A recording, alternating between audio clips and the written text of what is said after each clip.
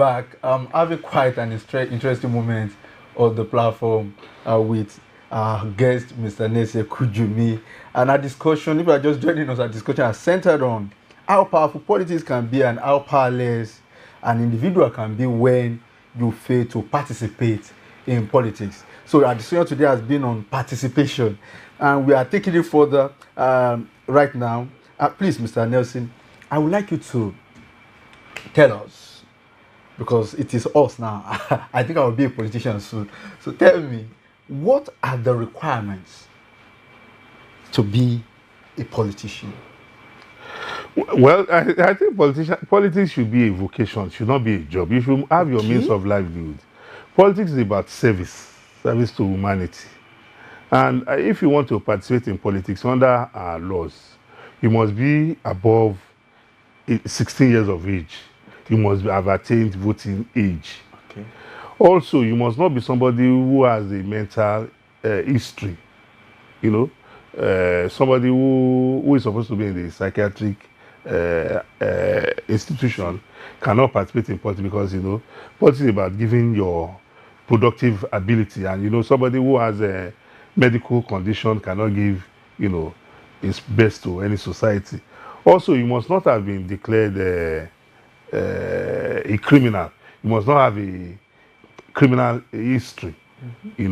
So once you don't have any of that, you are free to participate in politics either as a member of a political party or as an active voter on election day, analyzing candidates and their parties.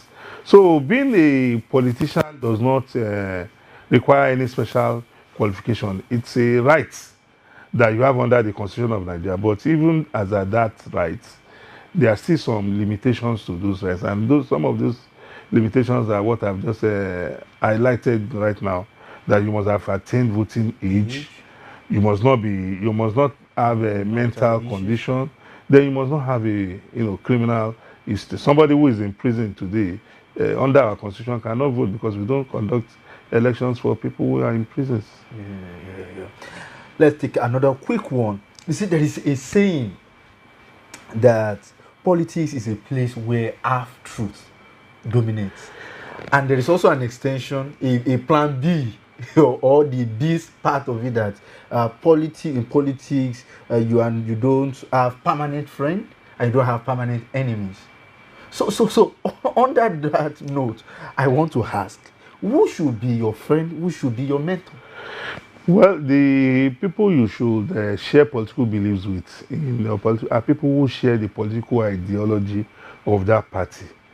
Unfortunately, a lot of times people have said parties do not have ideology. And the question I ask them, that even the individual members, what is their own ideology? Because as an individual, you need to have your own ideology about life before you join a political party. It is the conglomeration or aggregation of our various individual beliefs that becomes the ideology of the party. Oh, our party, if we get into office today, we want to operate a communist manifesto, a welfarist manifesto, that, we must make sure the resources of the state is used for the greatest benefit of the mass majority of the people. So if you have that mindset, then you can team up in a political party that believes in that ideology. Not you having a political ideology that is at variance with a political party that you want. A political party that believes that, every institution of state must be privatized for profit making. Definitely, you know that such an ideology does not tally with your welfarist ideology. Yep. Your welfarist ideology now is such that you come into a political party and you are looking at the manifesto or the ideology of the party, and you see that, you value education. This party has said there will be free education from primary to university education. And if there's a political party that says education is expensive, government cannot fund it, therefore it will be privatized, definitely such party, you cannot belong to such a party. That this is a party for you, because party has various ideologies. There's always a party that will meet your individual ideology.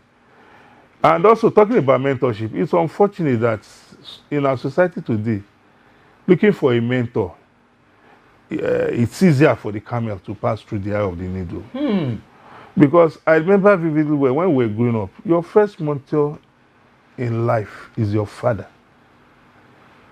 Because your family is your first point of contact with, with socialization.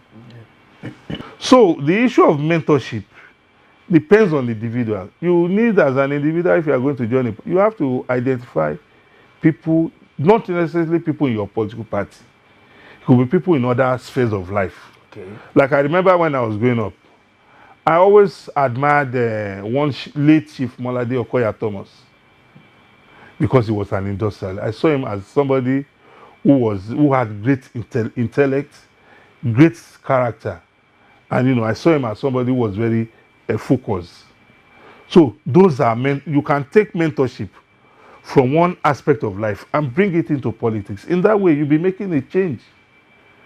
So because the family has failed, like I said, looking for mentorship these days in our society is very difficult because the elderly ones, what I used to do, a lot of times they will tell you that, oh, the young ones are failures. And I tell them that, look, we the young ones, we are copying you.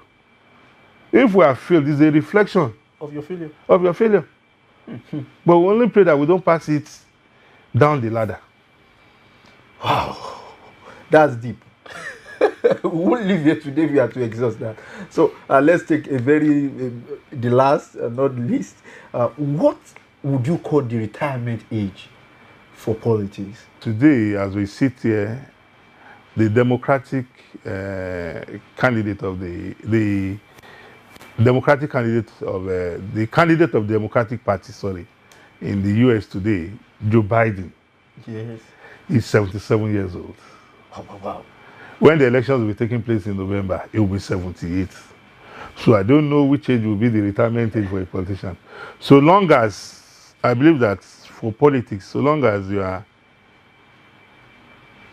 in good health and your mental capacity has not been hampered by age, I believe you can still contribute your best. Because like the Yoruba say, ọmọdé gbọ́n, àgbà gbọ́n la fi dálé Ifẹ̀. So when we are looking for the youthfulness of the young ones, the wisdom of the elders cannot be brushed aside. We need it. So long as we find an elder who has contributed progressively to the society in the past, and even in his old age, it can still be a reservoir of knowledge. Because our people say, when a young man is cutting a tree in the forest, it is the elders that knows the direction because of wisdom. So we need the elders. Wow. Thank you for your knowledge. Thank you for your time. Thank you for everything you have bring to the program today, Mr. Nese Kujumi. God bless you, sir. To God be the glory. People out there, thank you for joining. Thank you for staying tuned. We have come to the end of the program. But in the end of today's program, I think in my own little way, I think I've learned that politics, Nigerian politics, what it is today, because some of us have not participated. And that means there is room for you, there is room for me to impact some godly characters and to join and make impact. Let's do it like Daniel, let's do it like David, and let's change the battered economy, the battered roads, the bad educational system. Everything that we think is bad to us as individuals needs our attention, and not just by condemnation, by participation. And that's where we can make the change we desire to see in Nigeria of our today. My name is T. Dapo Oloroto, and bye-bye for now.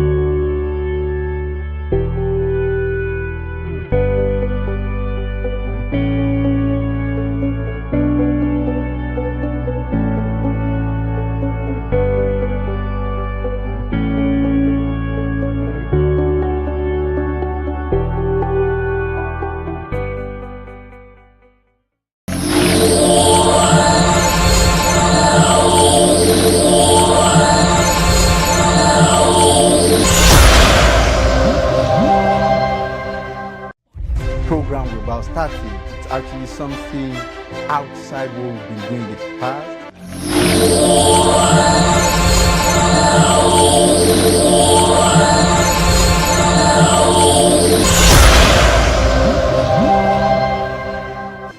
And I want us to strike a balance between the church and the politics at hand.